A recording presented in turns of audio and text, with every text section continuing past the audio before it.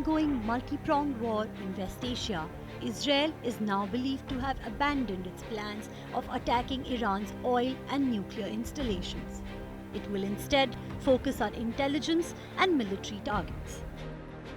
After Iran fired over 180 missiles on Israel on September 27th, the second direct attack in 6 months, Prime Minister Netanyahu had promised that Iran would pay for the attack.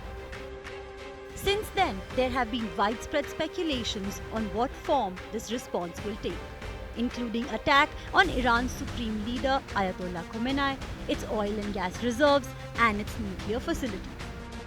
However, in part owing to pressure from the US as well as international concerns over escalation and an impending oil crisis, Israel seems to have shifted gears. Reports suggest that the decision has been taken keeping in mind the goals of the war set by the Security Cabinet, including eliminating Hamas and defeating Hezbollah. So, what are its new potential targets? In its April strike, Israel had managed to damage Iran's S-300 anti-aircraft missile system. While visiting IDF Intelligence Unit 9900, Israeli Defense Minister Yoav Gallant announced the following. וכמו שעשינו עד עכשיו במלחמה בכל הגזרות האחרות, מי שתוקף אותנו ייפגע וישלם מחיר. התקיפה שלנו תהיה קטלנית, מדויקת ובעיקר מפתיעה. הם לא יבינו מה קרה ואיך קרה, הם יראו את התוצאות.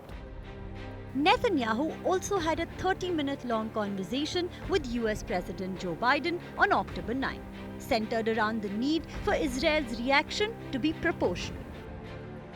Israel's defense establishment is now in favor of attacking Iranian military and intelligence bases, such as ballistic missile facilities, drone facilities, and commanders who coordinated the strikes on Israel, as well as other leadership sites. It could target surface-to-surface missile sites, some of which are placed above ground, while others are mobile and have changed their locations. Others are in underground sites designed to withstand aerial bombings.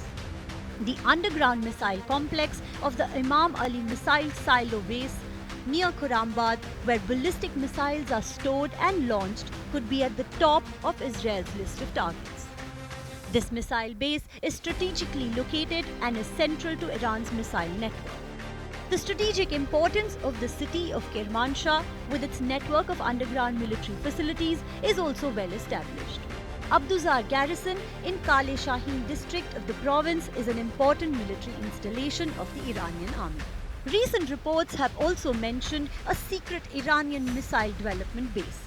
The Shahid Sultani garrison, located northeast of Tehran, has been reported to house missiles such as the Shahab-3, a medium-range ballistic missile that can be launched from a mobile platform, as well as Fatah-class rockets.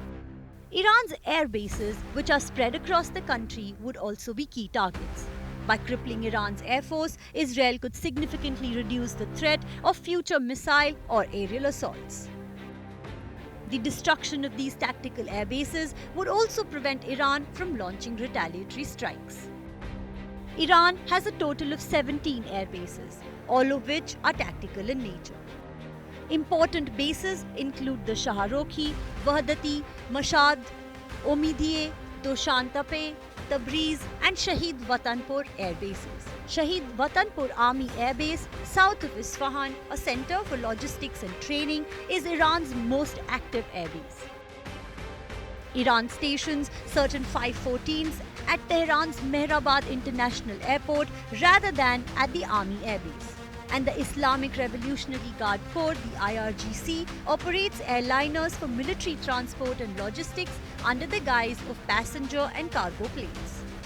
Then there are corresponding airports and airfields which may also be under Israel's radar. Finally, we look at the intelligence network in Iran. The country has over a dozen intelligence agencies engaged in domestic and foreign surveillance, which report to different government ministries, branches of the military or the police forces. Two of these are crucial. These are the Ministry of Intelligence and Security, the MOIS, which falls under the executive branch, and the Islamic Revolutionary Guard Corps Intelligence Organization, the IRGCIO, which is part of the military. Israel may therefore target various government buildings, command and control centers, and important leadership of these and other agencies. In anticipation of a counterattack, Iran's defense systems are on high alert. It has surface-to-air missile defense systems such as the Russian-made S-300, the Chinese-made HQ-9, and even Iranian-made defense systems with ranges of hundreds of kilometers.